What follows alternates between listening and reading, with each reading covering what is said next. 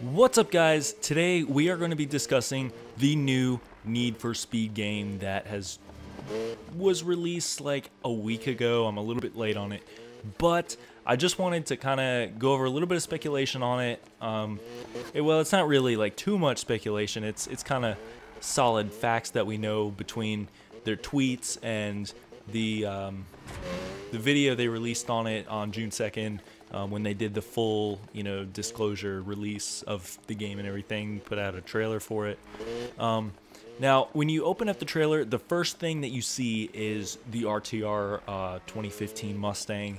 So we kind of, we see it throughout. Not just in the very beginning. We see it throughout the trailer. So it's kind of clear that that's probably like the cover car for. Oh God, I thought those things break down. It's been a while since I played the Need for Speed, the most recent one that's out, but so we kind of know for Need for Speed Payback that the 2015 Mustang RTR is probably going to be like the cover car, which, me being a Mustang guy makes me happy. But on from that, as we get into a little trailer a little bit more, they kind of end up going all fast and furious on us, like people jumping from cars onto trailers and trying to catch trucks with, multiple cars, and explosions and cars flipping and spinning out and flying everywhere. So they go a little bit fast and furious on us, in a little bit into the trailer. Throughout the trailer, we see a few new cars. We see the same old supercars and some tuner cars and muscle cars like Challengers and stuff. Oh God, that guy just wrecked me. But we see some returning cars, but we also see some newer cars. At one point in the trailer, we see a Pagani Huayra, and at another, pretty early on in the trailer, we see a Koenigsegg Regera, which is pretty cool, very cool car. I thought it was a Lykan Hypersport at first, but then I was like, no, the front end looks a little bit different than a Hypersport. We know because they're unloading the trailer, but we kind of figure out that the trailer that they're jumping onto from the RTR Mustang probably has the Regera in it, so that probably plays in storyline quite a bit. My assumption, my speculation part of it would be that the Regera is probably going to be some sort of like a prize, maybe, for completing the story. Who knows? But supposedly it's supposed to have a better story than the Need for Speed that I am currently playing, and really not doing much but driving around in this FDRX7. Now, as far as location goes, Black Panther did a video on it, and he kind of pointed out the needle in the sky, the big skyscraper, and we actually see that needle in the trailer as well at one point.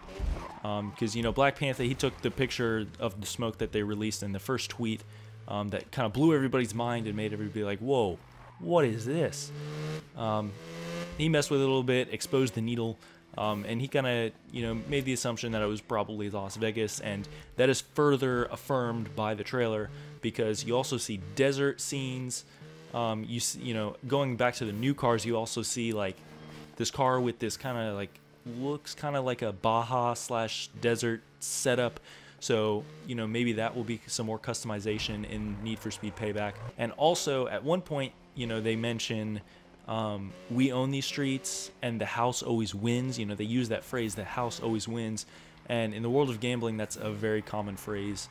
And Las Vegas is the center of gambling like ever, so that's really it's 99.99999% going to be Las Vegas. There's always the possibility of something changing, I guess, but why would they do that? So pretty safe to say it's in Las Vegas, Nevada. In the world of gambling, the house always wins. Apparently, because they go on to say the house always wins, and then somebody replies, not tonight they didn't. So kind of an interesting little plot twist on the story. Should make for a pretty good storyline. Like I said, the storyline is supposed to be much better, and I think that's something that we're all hoping to see an improvement in. As far as my hopes for the game, oh geez, cops after me. But as far as my hopes for the game, the better storyline is one of them. The weather is something that I want to see more Oh. I'm about to get caught by the cops. But the weather is something that I want to see more variation in. It was a little bit upsetting that, you know, you can build a car and make it like, you know, really nice, and then you get outside where it's just dark and rainy all the time, and you can't really see the car too well. You can't really see your customization. So I want to, you know, more daytime and stuff where you can actually see the builds better. You know, and as far as the builds go, they hyped up the customization a lot, and that was the big thing about this Need for Speed game, was the customization. And I feel like, you know, they did an okay job with the customization. I don't want to, you know, say that it was bad, but they hyped it up a lot, and I feel that they under-delivered for what they promised. And, you know, there were some cars with body kits and tons of customization, but then there were others where you really couldn't do anything with them. It was really only like the main cars that you could do much with. So I want to see more customization, and, you know, I want to see the features match how they hype it up, I guess I should say. I think the multiplayer is a big thing that all of us want to see better of. Unfortunately, it was lacking a little bit. It was kind of hard to manage, kind of confusing to get used to, and it was also, you know, not in the game when it first came out. So I think that, and, you know, if you've ever played this, you know what I'm talking about. I think that they could do better with it, make it easier to, you know, bring up a lobby and host like a private multiplayer lobby.